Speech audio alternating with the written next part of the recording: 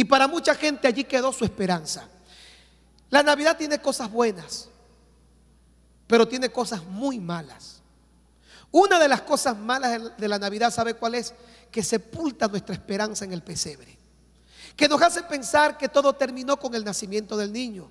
Y la gente da regalos, la gente ve películas, porque piensa que toda la esperanza del ser humano terminó con el pesebre. Creen que allí concluyó la historia. Y sabe que Jesús no fue aceptado como el Salvador ni el Mesías, porque en vez de entrar a Jerusalén en un caballo blanco imponente, entró a Jerusalén en un burrito. Y entonces la gente dijo: este es el hombre que esperábamos que iba a redimir a Israel. Y entonces se presentó todo aquello.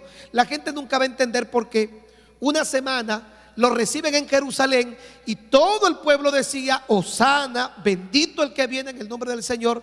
Y una semana más tarde, esa misma gente que había recibido un milagro de Jesús estaba gritando: crucifíquenle.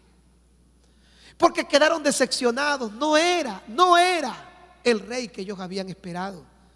No había venido de la forma que ellos habían imaginado. Y la gente ha sepultado a Jesús en ese pesebre.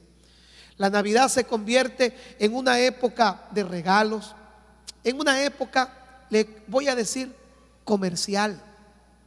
No tiene otro significado que el hecho de que gastemos dinero. ¿Sabe quién es el más beneficiado en la Navidad? Los comerciantes. No es Dios, no es Dios. ¿Y sabe qué va a ocurrir el día de mañana? La gente dice: ya pasó Navidad, y la esperanza del pesebre se muere el 25 de diciembre. ¿Sabe por qué no hay tanta gente hoy? No en nuestra iglesia, en todas las iglesias. Porque la gente ayer ni siquiera entendió el misterio del pesebre. La gente piensa que con el nacimiento de Jesús hace 2000 años se generó una fiesta universal que todo el mundo debe recordar, pero que termina el 25 de diciembre. Y lo recordaremos el próximo año de esta forma. Pero allí muere la esperanza del ser humano.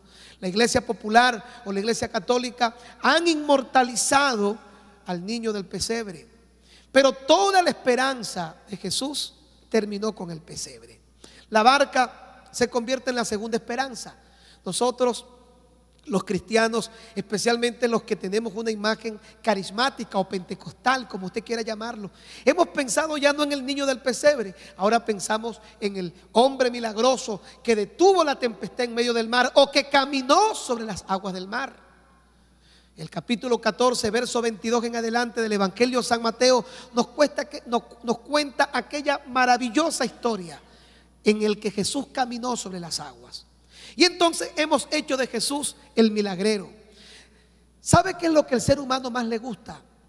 Todo lo que pueda alterar y mover sus emociones. Hemos sido afectados por lo que la gente llama la euforia colectiva. Y vamos a las iglesias, pegamos gritos, hablamos lenguas y pensamos que eso es el todo del cristianismo. Porque nos hemos convertido en personas cuya esperanza no solamente terminó con el pesebre, sino que terminó con Jesús, el pescador milagrero de Galilea. Y entonces pensamos que no hay nada más que esperar de Jesús, solamente un milagro. ¿A cuántos les gustaría un milagro de Jesucristo el día de hoy?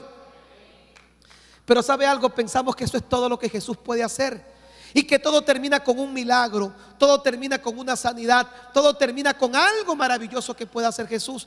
Y eso es verdad, pero allí no termina la esperanza. Y la tercera esperanza de la tradición está basada en la cruz. Ahorita termina la Navidad y se aproxima la Semana Santa. ¿Y qué va a hacer la gente en Semana Santa? Ya no va a recordar ni al niño del pesebre, ni al carpintero de Galilea que andaba en la barca haciendo milagros. Ahora la gente va a recordar al Cristo crucificado, al Mesías sufriente, como lo llaman los judíos. Isaías 53 habla del sufrimiento de Jesús en la cruz del Calvario. Y cuando usted entra a la iglesia popular en la próxima Semana Santa, usted no va a salir con la esperanza de un Cristo victorioso, sino de un Cristo derrotado. La gente carga un crucifijo porque vio una cruz. ¿Y a qué le recuerda la cruz? A sufrimiento. Y yo recuerdo cuando era niño, que mamá nos llevaba a una iglesia que queda en la iglesia Santa Teresa, que está en el centro, en donde está el famoso Nazareno de San Pablo. ¿Han visto el Nazareno de San Pablo? Cuenta la gente que hubo un milagro un día en Caracas, cuando aquella peste, y dice que la gente lo tocaba y recibía sanidad. Y cuenta la gente que él antes estaba derecho, el Nazareno de San Pablo. Me dice mi mamá, ahorita lo ve y está doblado. Y algunos dicen que es el milagro que está ocurriendo porque está cargando el pecado de la humanidad, que ya es mucho. Pues mire, levantaron la falda morada y se dieron cuenta que es que la termita se lo había comido y ya está doblado, producto de todo lo que por dentro ya ha ido carcomiendo las termitas. Pero la forma del ser humano pensar es extraña. Somos extravagantes en nuestros criterios, en nuestras maneras de pensar. Y yo me acuerdo que cuando íbamos a Carmelita a ver el Nazareno de San Pablo, siendo niño, a mí me daba ganas de llorar.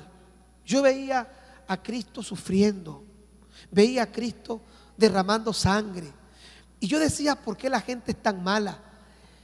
La película más taquillera, o una de las más taquilleras en los últimos años, la hizo este director y actor llamado Mel Gibson, La Pasión de Cristo. Impactó al mundo entero en los cines de la nación y del mundo entero. Incluso se dice, yo creo que es exageración, que hubieron personas que vieron las imágenes tan fuertes que sufrieron de infartos al corazón y murieron. Yo creo que es una exageración. Creo que es parte de todo lo que se hace como campaña publicitaria para vender algo. Yo vi la película y ciertamente es impactante, pero no es tan impactante como la gente piensa. Porque si usted ve bien Isaías 53, Mateo 25 en adelante, el sufrimiento de Jesús fue más que lo que usted puede ver en la película. Es más, cuando Jesús iba a la cruz y él dice, si es posible, pasa de mí esta copa, Jesús no le tenía miedo al sufrimiento de la cruz, porque le voy a decir, hay gente que ha sufrido más, hay muertes más dolorosas que la muerte en una cruz. Gente quemada. Creo que puede ser mucho más doloroso la forma en la que la Santa Inquisición, entre comillas, durante el siglo XVI mataba personas.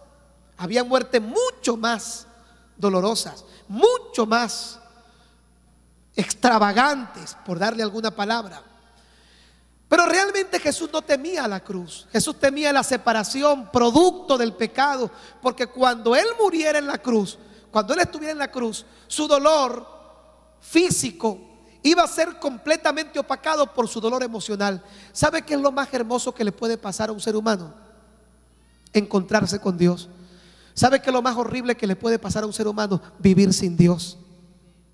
¿Sabe qué fue lo peor que experimentó Adán y Eva cuando Dios los saca del huerto del Edén? Ellos no recordaban los frutos del huerto. Ellos no anhelaban ni añoraban el paisaje del huerto. ¿Sabe qué fue lo que más afectó la vida de Adán y Eva?